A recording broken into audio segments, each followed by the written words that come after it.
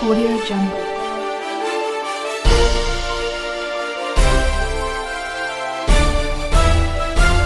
Audio Jungle. Yes, Rahul ji. Please, please.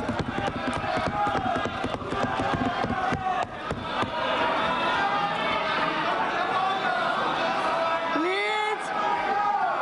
शांति शांति रखो. Let them enjoy.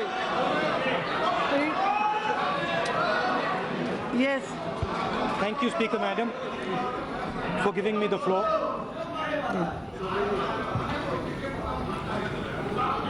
Two very interesting speeches. Hindi में भी बोलूंगा, घबराइए मत. Please. Two very interesting ये क्या हो speeches. रहा है? Please. One by Mr. Gala from the TDP and one from the BJP. I heard Mr. Gala's speech very carefully. I listened to everything you said. And in your speech, I sensed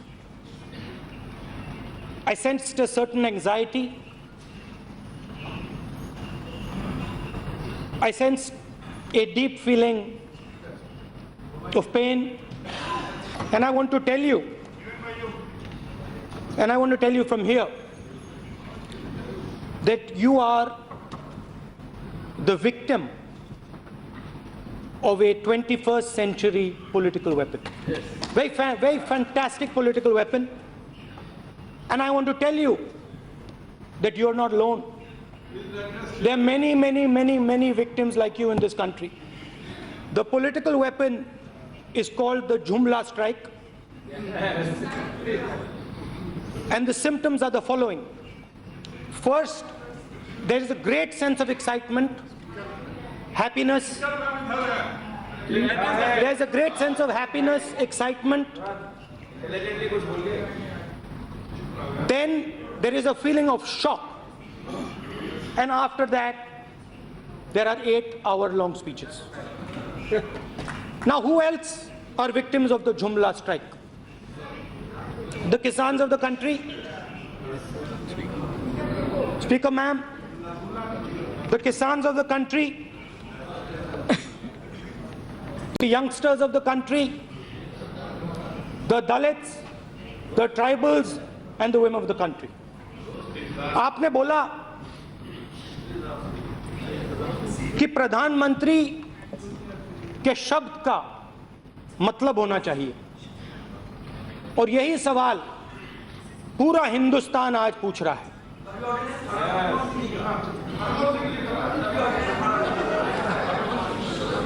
15 lakh रुपए हर व्यक्ति के bank account में.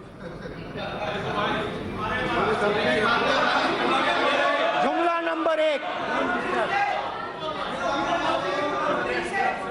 Number 1,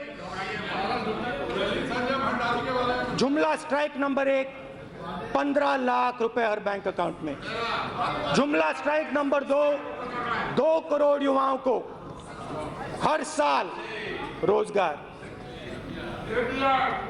पे चलते हैं. 2 करोड़ युवाओं को रोजगार देने की बात की थी. आप कौन सी दुनिया में हैं? आप कौन सी दुनिया में हैं? मेरे पास यहाँ आंकड़े हैं. मेरे पास मैं देख रही हूँ ना. उनका नाम लिया आपसे पहले. आप मत डिस्टर्ब करो उनको. बैठो. 2016 करके 2016 और 17 में पूरे हिंदुस्तान में 4 लाख युवाओं को रोजगार मिला. ये लेबर ब्यूरो के सर्वे के डिटेल्स हैं, मेरे नहीं है, इनके आंकड़े हैं. हिंदुस्तान के युवा ने प्रधानमंत्री जी पे भरोसा किया था और हर भाषण में प्रधानमंत्री जी ने कहा था कि 2 करोड़ युवाओं को मैं हर साल रोजगार दूंगा. और सच्चाई है कि सिर्फ 4 लाख युवाओं को रोजगार मिला है. दूसरे तरीके से कहता हूं जो काम चाइना 50,000 युवाओं को 24 घंटे में रोजगार देता है, उसी काम को आप लोग 400 युवाओं को 24 घंटे में काम देते हो। यह सच्चाई है इनके खोखलेपन की, यह सच्चाई है इनके शब्दों की। और जहां भी जाते हैं रोजगार की बात करते हैं, कभी कहते हैं पकौड़े बनाओ, कभी कहते हैं दुकान खोलो। रोजगार कौन लाएगा? रोजगार स्मॉल एंड मीडियम बिजनेसेस लाएंगे, छोटे दुकानदार लाएंगे, कंस्ट्रक्शन इंडस्ट्री में आएंगे। और आपने क्या किया? आपने क्या किया? पता नहीं क्या हुआ, कहां से मैसेज मिला, क्या हुआ? 8 बजे रात को काले धन के खिलाफ प्रधानमंत्री जी ने एक्शन लिया, डिमोनेटाइजेशन किया।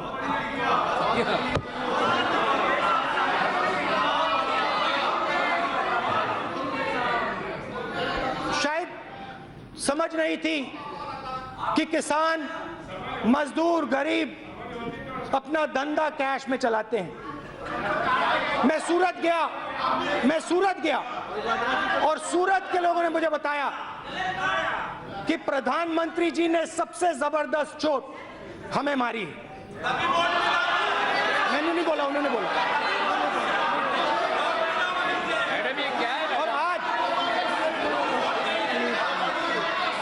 और आज बेरोजगारी हिंदुस्तान में 7 साल से सबसे ज्यादा है। ये है नरेंद्र मोदी जी का, प्रधानमंत्री जी के शब्दों का सच।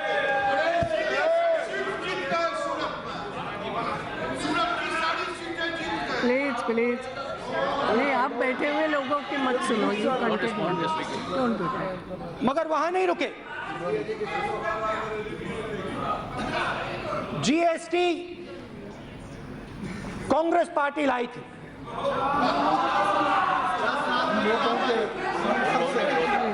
आपने विरोध किया था, गुजरात के चीफ मिनिस्टर ने विरोध किया था।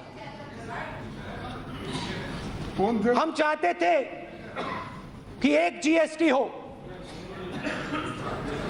पेट्रोल डीजल उस जीएसटी में हो, हिंदुस्तान के लिए एक टैक्स लगे और कम से कम डिसरप्शन हो। नरेंद्र प्रधानमंत्री जी की जीएसटी, 5 अलग अलग जीएसटी, और छोटे से छोटे दुकानदार के घर के अंदर आपने इनकम टैक्स डिपार्टमेंट को डाल दिया, घुसेड़ दिया, और करोड़ों लोगों को आपने बर्बाद किया। प्रधानमंत्री जी बाहर नहीं जाते हैं, नहीं बाहर जाते हैं मतलब अब्रॉड जाते हैं, ओबामा जी के पास, ट्रंप जी के पास जाते हैं, मगर अपना जो सिक्योरिटी कवर है, अपना जो सिक्योरिटी कवर है उससे बाहर नहीं निकलते हैं। प्रधानमंत्री की छोटे दुकानदारों से, स्मॉल बिजनेसेस से बात नहीं होती है। प्रधानमंत्री की बात सिर्फ सूट बूट वाले 15-20 सबसे बड़े बिजनेसमैन से होती है। तो जो छोटे दुकानदारों के दिल में है, जो किसानों के दिल में है, जो गरीबों के दिल में है, वो प्रधानमंत्री तक नहीं पहुंचता है। तो पूरी रोजगार के पूरे सिस्टम को आपकी सरकार ने जबरदस्त ठोकर मारी, अनएम्प्लॉयमेंट फैलाया। और जैसे मैंने कहा, जो पहले पैसा कमाते थे छोटी दुकान चलाकर, छोटा बिजनेस चलाकर, मीडियम साइज बिजनेस चलाकर, उनकी जेब के अंदर आपने हाथ डाला और उनका पैसा आपने छीन लिया। इस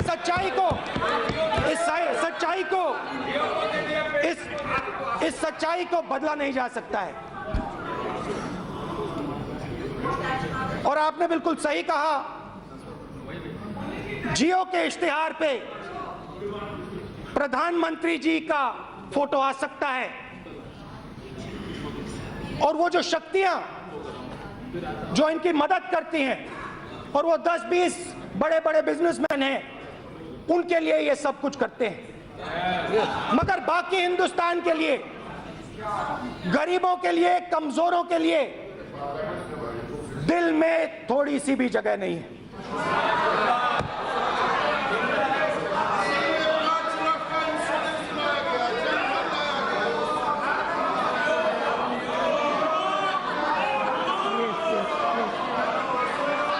कहा था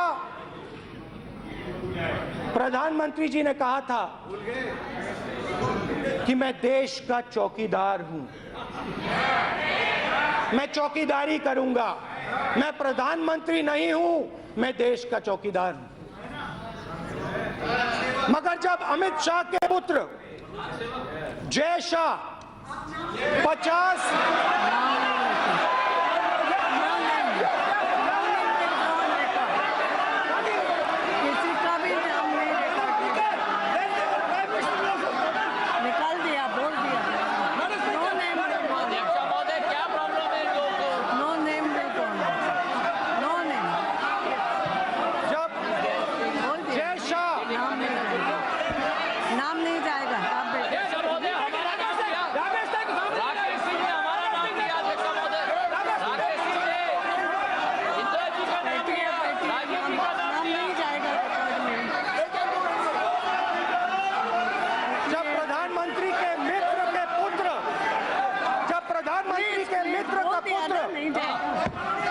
16,000 बार अपनी आमदनी को बढ़ाता है 3 महीने में, तो प्रधानमंत्री के मुंह से एक शब्द नहीं निकलता है।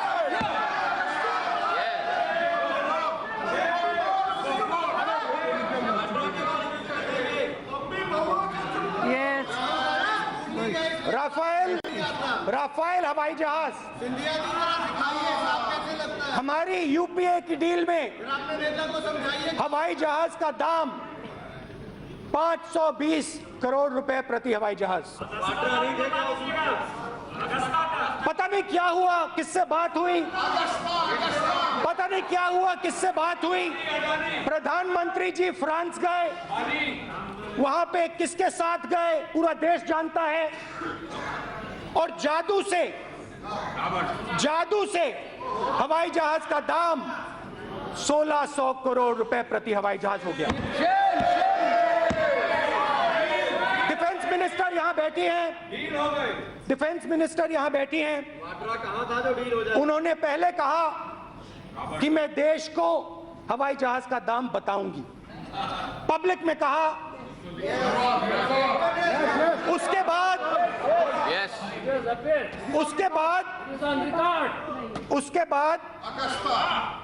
बाद डिफेंस मिनिस्टर ने क्लियरली बोला कि मैं ये आंकड़ा नहीं दे सकती हूं, क्योंकि फ्रांस की सरकार और हिंदुस्तान की सरकार के बीच में एक सीक्रेसी पैक्ट है। मैं स्वयं फ्रांस के राष्ट्रपति से मिला और मैंने स्वयं फ्रांस के राष्ट्रपति से यह सवाल पूछा, क्या ऐसा कोई पैक्ट हिंदुस्तान की सरकार और फ्रांस की सरकार के बीच में है? और फ्रांस के राष्ट्रपति ने मुझे बताया कि ऐसा कोई पैक्ट हिंदुस्तान की सरकार और फ्रांस की सरकार के बीच में नहीं है। यह सच्चाई है। और उन्होंने मुझे बताया इससे कहने से मेरा कोई इतराज नहीं है, आप ये बात पूरे हिंदुस्तान को बताइए।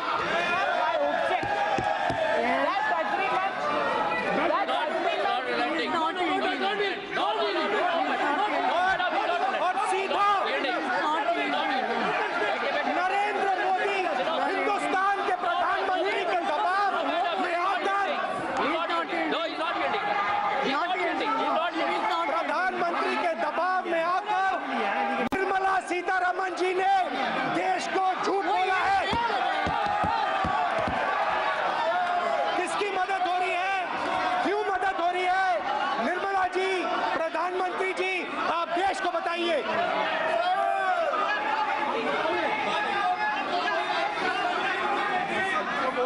असत्य बोला है। He is not yielding.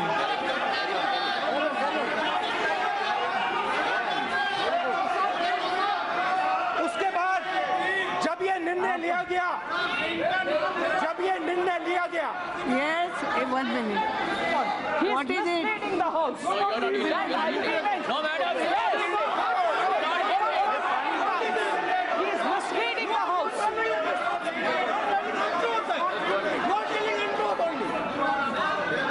एक मिनट आप बैठिए ना मीटिंग एक मिनट मालूम है मुझे वो सदन में उपस्थित हैं उनका नाम लिया गया शायद defence minister But madam, he's not yielding. Madam, he's not yielding. I will allow you also after I know during their time, man. That agreement was during their time. The secrecy is because of their time. not yielding Following something which they have agreed, man. आप बैठिए ना Madam, he's not yielding. I know that इसके बाद मौका दे देंगे। After मैं इसके बाद आपको मौका दूंगी अभी वो यील्ड नहीं कर रहे In the हैं house, okay. Yes. उनके बाद रिप्लाई का मौका आपको देंगे उतने में The defense minister has clearly spoken an untruth. The fact of the matter एक बात है, is that Rahul the ji- French president personally has told me एक minute that there is no बार deal. बार डिफेंस मिनिस्टर का नाम लिया जा रहा है इसमें इसलिए आपके बोलने के बाद आपको बिल्कुल मौका दूंगी क्योंकि she is there in house ऐसा नहीं डिफेंस मिनिस्टर स्पोक अनट्रूथ ये बात कही ना आपने अभी एक मिनट ठीक है ना तो आपको दे दूंगी yes The fact of the matter is what ever it is that I met the gentleman in Delhi. You can check the records. आप बोलिए Don't respond. And the gentleman clearly said that there is no secret pact Okay. between the Indian government and the French government. Yes So the defense minister has clearly spoken an untruth. I want to understand. ये untruth शब्द अभी नहीं जाएगा because I she will clear the position untruth Madam, untruth is parliamentary. Untruth is parliamentary. Now,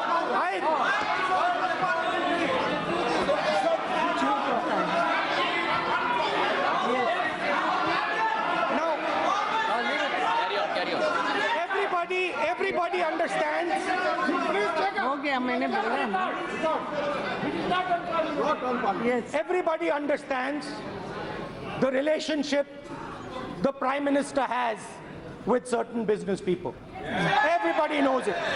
Everybody understands and everybody can see the amount of money that goes into the marketing of India's Prime Minister. And everybody understands who it comes from. One of those people was given the Rafael contract, and he benefited thousands and thousands and thousands of crores. The contract was taken away from HAL. Madam, he cannot make unsubstantiated.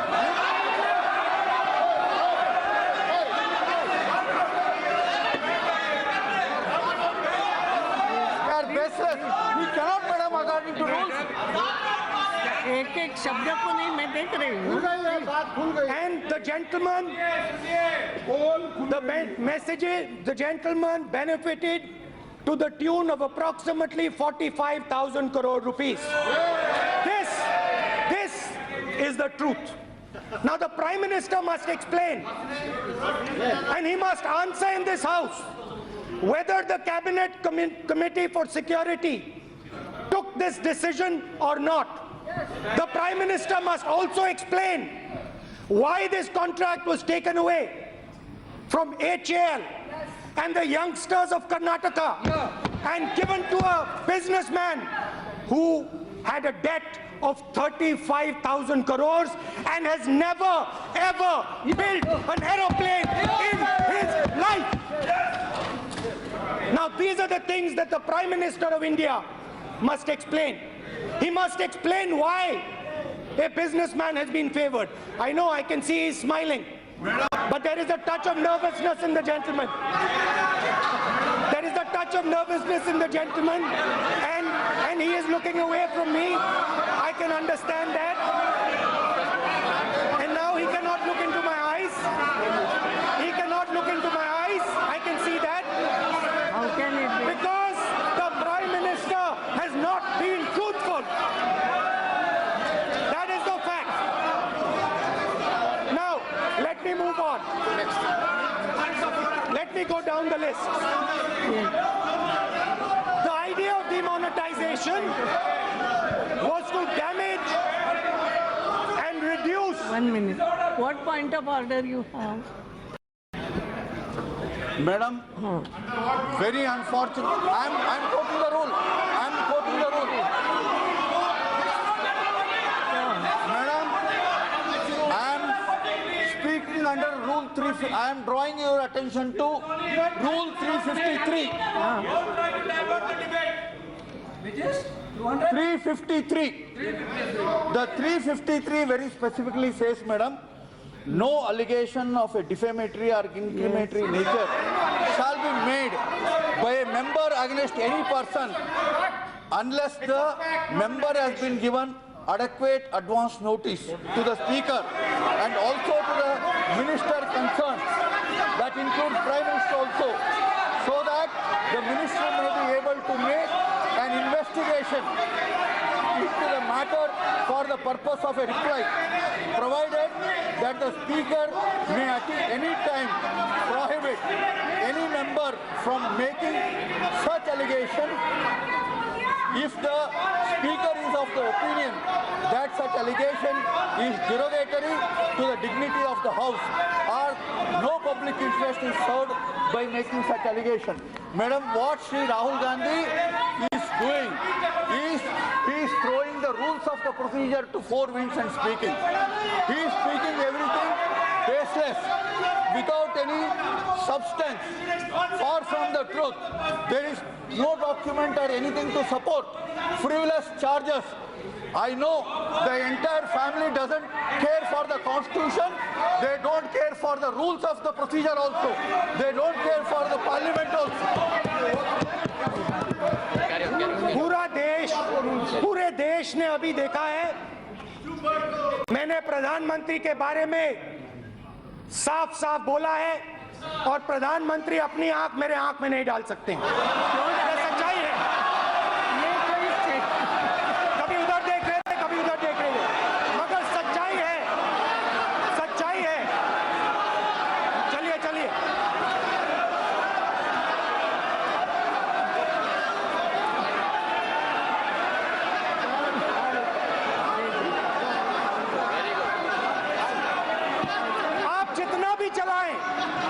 जितना भी चलाएं, वो क्षण देश ने देख लिया है। देश को समझ आ गई है बात। चौकीदार नहीं है, भागीदार है।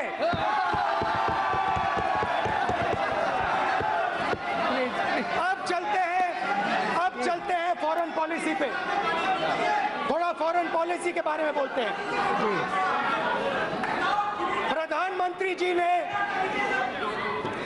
प्रधानमंत्री जी ने चाइना के राष्ट्रपति के साथ गुजरात में नदी के किनारे झूला झूला था। उसके बाद उसी समय चाइना के 1000 सैनिक हिंदुस्तान की टेरिटरी के अंदर थे। उसके बाद चाइना का राष्ट्रपति वापस गया। चाइना का राष्ट्रपति वापस जाता है और अपनी सेना को डोकलाम में डालता है।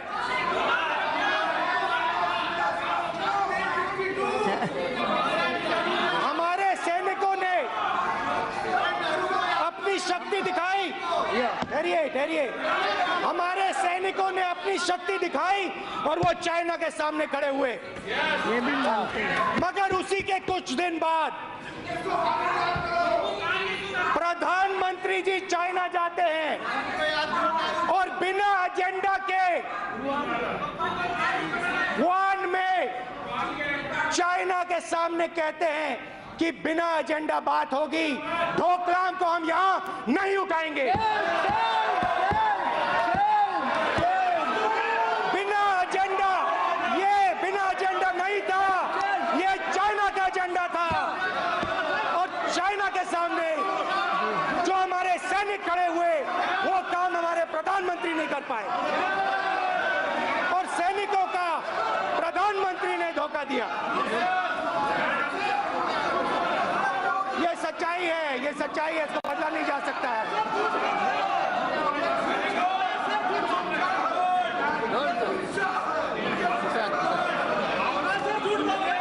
किसान कहता है, प्रधानमंत्री जी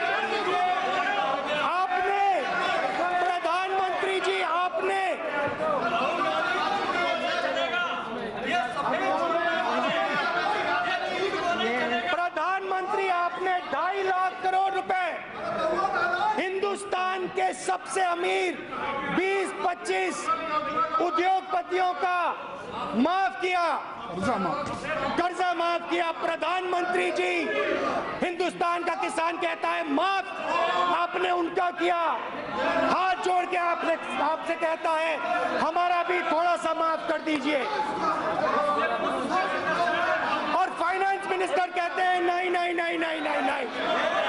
किसान का कर्जा माफ नहीं होगा, सबसे बड़े उद्योगपतियों का होगा, किसान का नहीं होगा, क्योंकि तुम लोगों में शक्ति नहीं है, तुम लोगों में दम नहीं है, तुम लोग सूट नहीं पहनते, बूट नहीं पहनते।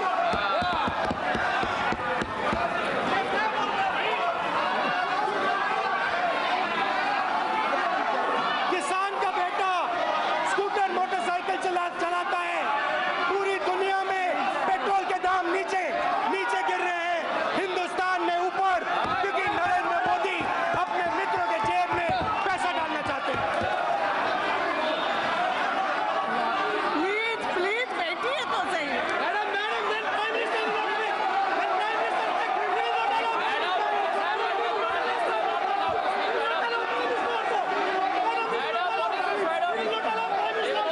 एक मिनट आप भी सुनिए, बैठिए।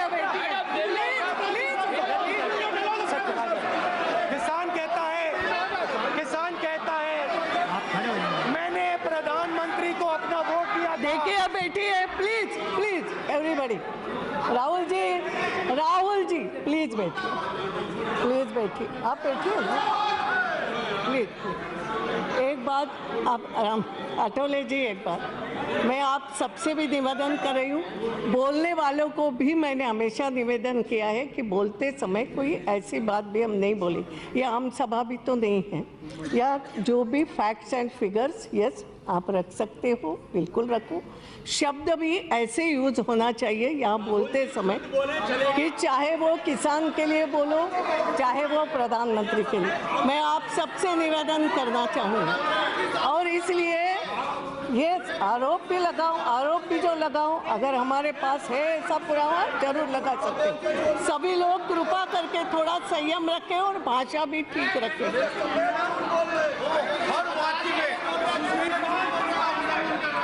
मैं इसका उल्लंघन, ऐसी बात नहीं आई है, हमारे पास भी है, हमारे पास भी लोग हैं। प्लीज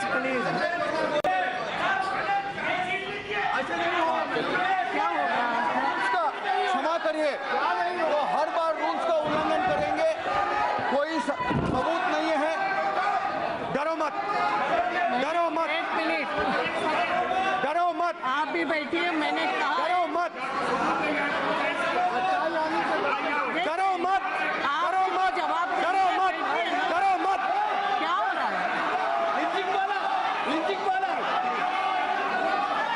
हाँ ठीक है ना, तो जवाब भी तो आएगा। बैठिए आप।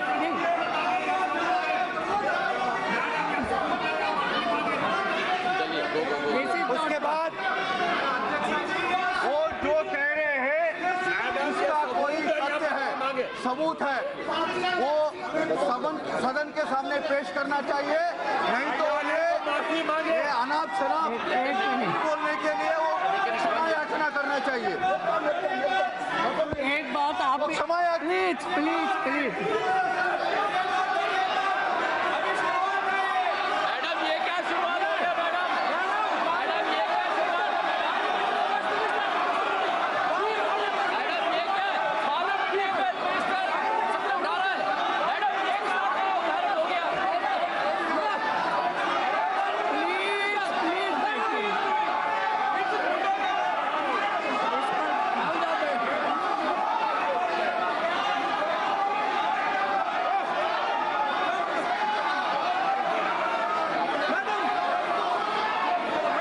मैडम ये क्या है?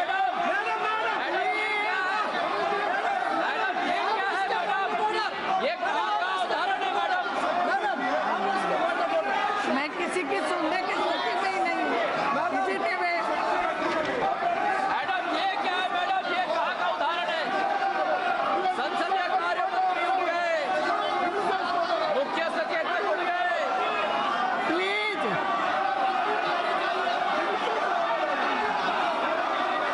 अब देखिए मैडम कितने चिढ़ गए,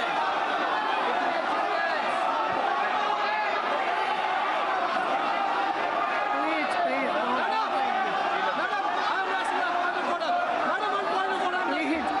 house stands adjourned to meet again at 1:45. ये भी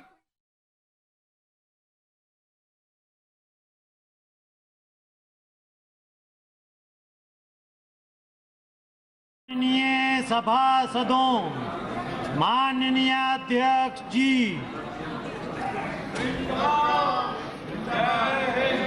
Yes, बैठिए जरा सभी लोग थोड़ा शांति हो जाइए और मेरा आप सभी से प्लीज प्लीज क्या करूं, मेरा आप सभी से निवेदन है कि बहुत महत्वपूर्ण विषय है आज, इसलिए हमने प्रश्नकाल भी स्थगित करके सब काम स्थगित करके पूरे दिन के लिए ये चर्चा ले रहे हैं हम। मैं मानती हूँ ये नो कॉन्फिडेंस मोशन है, लेकिन नो कॉन्फिडेंस मोशन में भी डायरेक्ट आरोप भी साधारणतया नहीं किए जाते हैं। अगर करते हैं कोई डायरेक्ट आरोप तो ये बात भी सही है, सबूत होना चाहिए। एक दूसरी बात भी, नियम भी आपको मालूम है, किसी व्यक्ति पर या किसी मिनिस्टर पर आप आरोप करते हो डायरेक्ट नाम लेके, सुनिए, अरे अब मुझे भी चाहिए करोगे, नई बात मेरी ठीक लगी तो बोलो, तो उस मिनिस्टर को भी बात एक्सप्लेन करने का समय मिलेगा, देना पड़ेगा। अब आप बोलोगे हम उस समय भी यील्ड नहीं करते, वास्तव में वो उचित नहीं है। फिर भी मैंने आपकी बात मान ली, अब तो आप भी यही कर रही हो, आप भी यही कर रहे हो, तो या तो आप यहाँ लोग आ जाओ, कोई भी करो, आई एम रेडी। ऐसा मत करो प्लीज़। मैं चाहती हूँ कि ये डिबेट अच्छी तरीके से हो जाए, और इसलिए मेरा एक कहना है कि अगर हमें नहीं मालूम, पहले भी ये हुआ है कि अगर आपने, जैसे मैं आपको राहुल जी बताना चाहूँगी, जब आपने डिफेंस मिनिस्टर का नाम लेके 2 बार मान लो कुछ आरोपित कर दिया, तो फिर उनको भी एक्सप्लेनेशन का वहीं पे ये मिलता है, अधिकार मिलता है ना। उस समय हम कहे कि नहीं हम ये नहीं करें, अब आप नहीं कर रहे थे इसलिए मुझे बोलना पड़ा इनके भाषण के बाद। मैं इसलिए एक्सप्लेन कर रही हूँ कि मैं भी क्या करूँ। साधारणतया यील्ड किया जाता है, पहले भी ऐसा, मैं भी आज सालों साल से इस लोकसभा में हूँ, मैंने भी कई बड़े बड़े लोगों के भाषण भी देखे हैं, डिबेट देखा है, आरोप प्रत्यारोप सब कुछ देखा है। और अगर कुछ ऐसा होता है, कुछ आरोप होता है, सामने वाला कुछ कहना चाहता है, तो मैंने बहुत बड़े लोगों को भी यील्ड करते हुए देखा है। आई एम सॉरी, आप मानो मेरी, मैंने देखा है। एक मिनट, आप अब बीच में नहीं बोलेंगे, मैं केवल जनरल बात कर रही हूँ, मैं किसी के लिए व्यक्तिगत नहीं बोल रही हूँ। मैंने ये देखा है कि ये किया जाता रहा है। अगर आरोप अगर करो, सामने वाला खड़ा हो जिस पर आरोप है, वो कुछ बोलना चाहता है, तो ये करना कोई अपमान की बात नहीं है। जब हम बोलते हैं ना, तो सामने वाले को वो बोलने का, ये एक दूसरे का आदर होता है। लेकिन यहाँ मुझे इसलिए ये सब कुछ करना पड़ा। अगर नहीं यील्ड करते तो ये भी नियम है सभा का कि अगर भाषण देने वाला जिसका मैंने नाम लिया वो अगर यील्ड नहीं करता तो मैं दूसरे को मौका नहीं दे सकती। ऐसा भी कई बार होता आया है, और इसलिए मैंने कहा चूंकि आरोप डिफेंस मिनिस्टर पे डायरेक्ट लग रहा है कुछ, तो उनको तुरंत आपके बाद मैं तुरंत बोलने का मौका, अगर ग्रेसफुली ये होता, यील्ड वो करते तो तुरंत मौका भी मिल जाता। वो नहीं हो रहा है तो मुझे ये बोलना पड़ा, मैं बाद में मौका, हमने बात कर ली। मेरा इतना ही कहना है। दूसरी बात ये है, अविश्वास प्रस्ताव पूरे मंत्रिमंडल पे भी है, आप टारगेट प्रधानमंत्री को करो, मुझे कुछ नहीं करना, लेकिन शुरू में भी मैंने कहा था भाषा भी ठीक रखे। अगर डायरेक्ट आरोप अपन कुछ रकम को लेके भी करते हैं तो कोई ना कोई हमारे पास प्रूफ भी हमें देना पड़ते हैं। हम प्लीज अब इतने भी उत्तेजित मत होना आनंद कुमार। और इसलिए मुझे भी कई सारी चीज़ें, जैसे मैंने जयदेव गल्ला जी के भाषण के समय भी कहा, कई बार होता है कि आप सबके हल्ले गुल्ले में बात छूट जाती है, तो इसमें भी मैं बाद में ज़रूर देखूंगी। जहां गलत बात अगर है तो एक्सपेंस करने का अधिकार स्पीकर को रहता है, ठीक है। और अगर ऐसी कोई गलत बात अगर यहाँ गई है जो बिना प्रूफ के अगर कोई ऐसा आरोप होता है जो गलत है, तो उसको भी ठीक नहीं है, गलत नहीं मैं बोलूँगी, गलत है नहीं है वो तो बाकी बात है, मगर ठीक नहीं है तो उसको भी एक्सपंज करने का। और इसलिए आप सबको मेरा निवेदन है, थोड़ी अपनी भाषा भी हम ठीक रखें, थोड़ा सा डेकोरम भी मेंटेन करें, एक दूसरे को सहन भी करें और एक दूसरे के लिए यील्ड भी करें, तो उसमें किसी का कोई अपमान नहीं होना चाहिए। सुनिए, तो आगे की भी यहाँ जो भी अभी बोला गया, अगर कुछ इसमें जैसे अभी बात आई है, ऑब्जेक्शन आ रहे हैं कि प्रधानमंत्री पर आरोप करते समय कुछ आंकड़े भी दिए गए, ऐसे आंकड़े का अगर कोई हमारे पास प्रूफ नहीं है तो वो आंकड़े नहीं जाना चाहिए, हमें कुछ मालूम नहीं है। यहाँ नाम भी लिया गया फ्रांस के राष्ट्रपति का, अब वो भी उचित नहीं, फ्रांस के राष्ट्रपति यहाँ तो नहीं है बोलने के लिए कि मैंने क्या बोला, ये भी नहीं होना चाहिए। कंट्री की बात अलग नहीं, वो भी नहीं, उसके आपस में क्या बात होती है वो भी ऐसे नहीं जाती है। कई बातों का हम डेकोरम मेंटेन करें तो कृपा करके अच्छा रहेगा, यही मेरा निवेदन है। मैं बाद में भाषण देखूंगी और बताऊंगी सब expense. Yes please. Thank you speaker madam. आप भी, और मेरा निवेदन है, अब मैं भी युवा हूँ, बहुत सालों तक काम हमें करना है, हम चीज़ों को समझे प्लीज। डरो मत, अब कोई नहीं बोले, सच्चाई से डरो मत।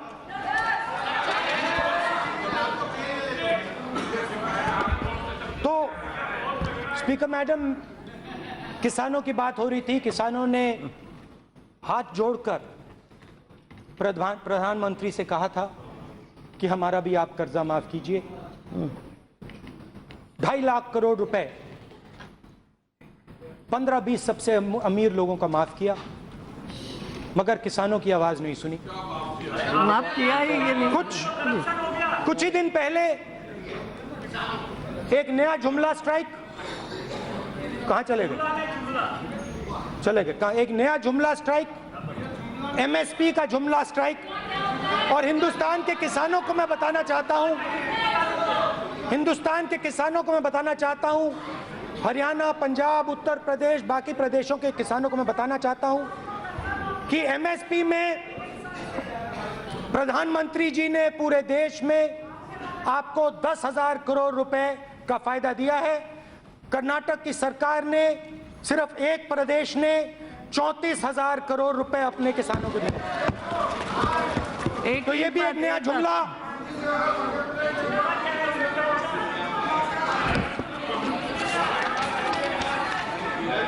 अब चलते हैं, महिलाओं की बात करते हैं। कुछ ही दिन पहले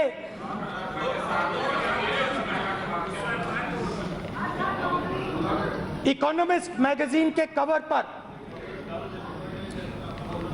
लिखा था कि हिंदुस्तान अपनी महिलाओं की रक्षा नहीं कर पा रहा। ये तो शेम बोलोगे तो हम सबके लिए शेम हो जाएगा, प्लीज डोंट से। हम सबके लिए सवाल सबके लिए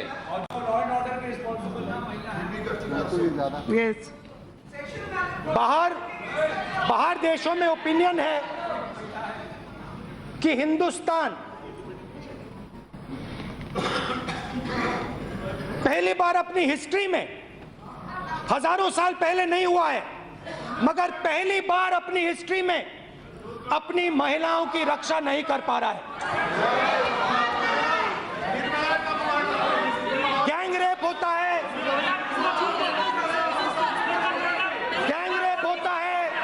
महिलाओं पे अत्याचार होता है। बैठ जाए मैडम बैठा दीजिए। Please.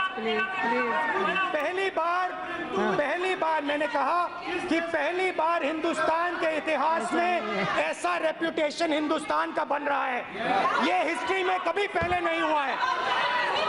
Sorry. मैडम इतने उत्तेजित क्यों हो रहे हैं मैडम? जहां भी देखो,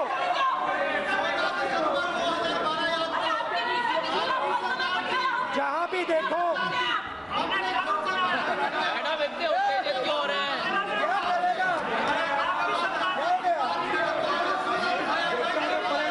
मैडम इतने परेशान है मैडम, इतने परेशान।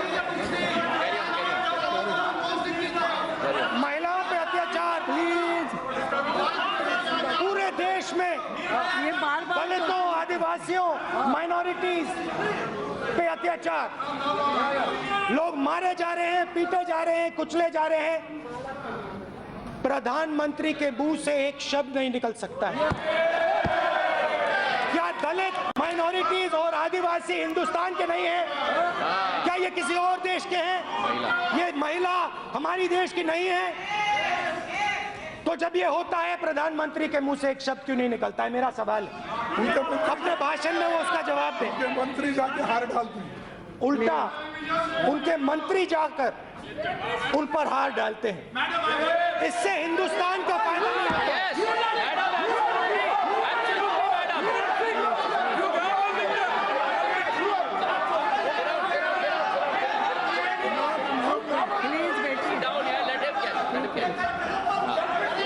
बैठिए ना, दोनों तरफ से चल रहे हैं। आप भी चुप रहे, आप भी बार उठते हैं। बैठो। हिंदुस्तान में प्लीज कोई किसी का नाम मैडम नाम ही नहीं लिया मैडम, नाम ही नहीं लिया मैडम। प्लीज मैडम नाम ही नहीं लिया मैडम। प्लीज बैठिए, चलिए बताइए। तो जहां भी देखो, कहीं ना कहीं किसी ना किसी हिंदुस्तानी को मारा जा रहा है, पीटा जा रहा है, कुचला जा रहा है, दबाया जा रहा है। प्रधानमंत्री एक शब्द नहीं कहते हैं। अच्छा, जी बोलिए, क्या हुआ?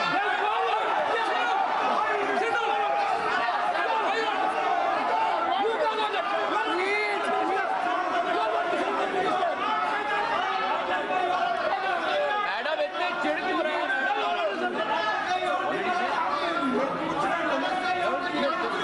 अनुराग जी प्लीज बैठिए, बैठिए घर में। आप बैठिए प्लीज। यस बैठिए। मोहम्मद सलीम, आपको क्या हो गया?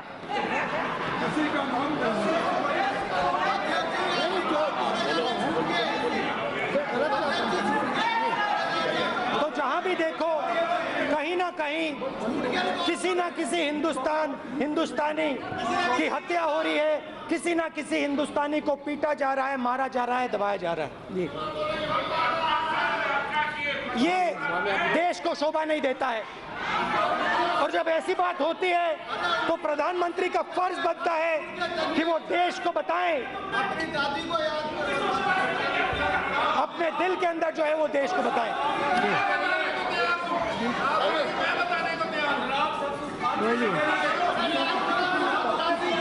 अब आप,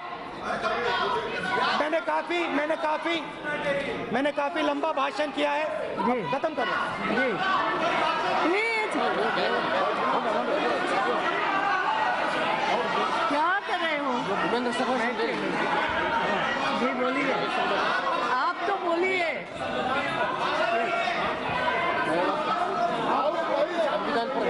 तो जब भी किसी ना किसी को मारा जाता है, दबाया जाता है, कुचला जाता है, पीटा जाता है, तो वो सिर्फ उस व्यक्ति पे हमला नहीं हो रहा है, वो अंबेडकर जी के संविधान पे, कॉन्स्टिट्यूशन पर और इस हाउस पर हमला हो रहा है।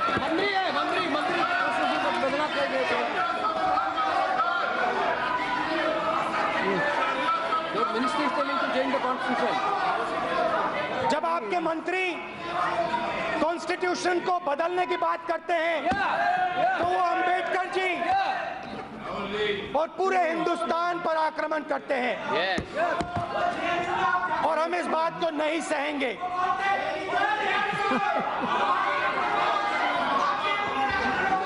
विदुरी जी क्या हो रहा है? विदुरी जी बैठिए। यस मगर yes the Prime Minister, now this is an important part of my speech, so if you would let me say it. It's interesting, you like it, you'll enjoy this one. The Prime Minister and Mr. Amit Shah are two very different type of politicians. The Prime Minister and the President of the BJP are very different type of politicians. What They are not like any of us. They are आप लोगों different के than all कारण of ना us. मैं इधर सुन पा रही The हूँ ना difference उधर सुन between पा रही all of us हूँ। and the Prime Minister and the President of the BJP What is it? is whereas we are okay to lose power, we can see ourselves in being in power and out of power. For reasons that everybody knows here, क्या? the Prime Minister and the President of the BJP can simply not afford to lose power. Because the moment they lose power, other processes will start against them. So the Prime Minister and his President act out of fear. And this fear generates anger. And it is this anger that the whole of India is feeling. It is this anger that is being transmitted down India, that is attempting to crush every voice in India. That is the truth. ये सच्चाई है। अभी मैं सुनिए, अभी जब मैं अंदर गया, विपक्ष के मेंबर्स ऑफ पार्लियामेंट ने मुझे बधाई दी, कहा बहुत अच्छा बोले, मगर हैरान हुआ कि जब मैं वहां गया, आपके ही मेंबर्स ने मेरा हाथ मिलाकर कहा कि बहुत अच्छा बोले। आपके मेंबर्स, इन्होंने नहीं, आपने, क्योंकि ये आवाज आपके अंदर भी है, ये आवाज सिर्फ इधर नहीं है, ये आवाज आपके अंदर है, बीजेपी में है। ये अकाली दल की नेता मुस्कुरा के मुझे देख रही थी, आपने देखा, मुस्कुराया, नहीं। तो ये जो फीलिंग है पूरे देश में है, और हमारा काम इस फीलिंग को जोड़ने का है। और मैं आपको यहाँ बता देता हूँ, पूरा का पूरा विपक्ष और आपके बहुत सारे लोग मिलकर प्रधानमंत्री जी को चुनाव में हराने जा रहे हैं। अंत में मैं आपको एक बात बताना चाहता हूँ, बैठिए ना। आप सोचोगे कि मेरे दिल में प्रधानमंत्री के खिलाफ, आप सोचोगे कि मेरे दिल में प्रधानमंत्री के खिलाफ गुस्सा है, क्रोध है, नफरत है, मगर मैं आपको दिल से कहता हूं, मैं प्रधानमंत्री, बीजेपी और आरएसएस का बहुत आभारी हूं कि आरएसएस वगैरह नाम नहीं लेने की जरूरत है। इन्होंने मुझे कांग्रेस का मतलब समझाया, कि इन्होंने मुझे हिंदुस्तानी होने का मतलब सिखाया। हिंदुस्तानी का मतलब मतलब चाहे तुम्हें कोई भी कुछ कह दे, तुम्हारे खिलाफ कोई भी कर दे, झूठी बात बोले, गाली दे, लाठी मारे, तुम्हारे दिल में उसके लिए प्यार होना चाहिए। ये आपने नरेंद्र मोदी जी और बीजेपी आरएसएस ये आपने मुझे सिखाया है और इसके लिए मैं आपको दिल से अंदर से धन्यवाद करना चाहता हूं कि आपने मुझे मेरा धर्म सिखाया, आपने मुझे शिव जी का मतलब समझाया और आपने मुझे हिंदू होने का मतलब समझाया। इससे बड़ी बात हो ही नहीं सकती है और इसके लिए मैं आपका धन्यवाद करता हूं।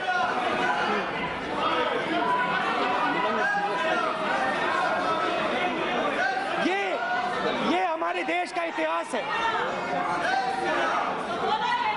Yes, please.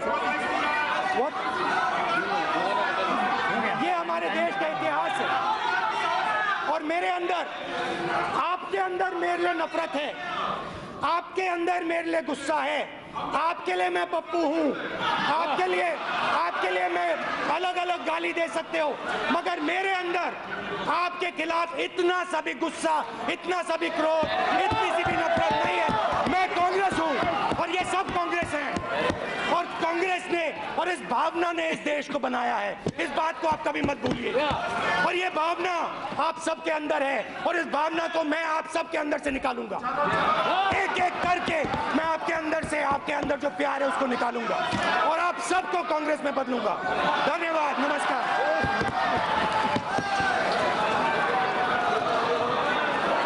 Yes, Nirmala ji.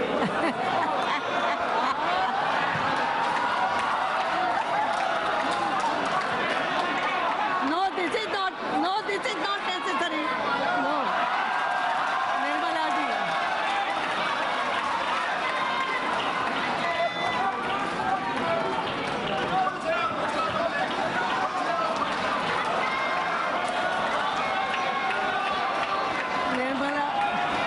Nirmala ji wants to say something. Nirmala ji, yes. Please बैठिए। प्रधानमंत्री जी, ये हाउस को ऐसा नाटक मत बनाओ। हिंदू होने का ये मतलब होता है कि चाहे आप मेरे ऊपर जो भी फेंको, राहुल जी, जितना भी फेंको। राहुल जी ऐसा नहीं, ये हाउस है, हाउस के अपने कुछ नियम है। अरे मैं बोल रहा हूँ, आपका भाषण कंप्लीट हो गया, बैठिए। निर्मला जी बोल रही हैं। यस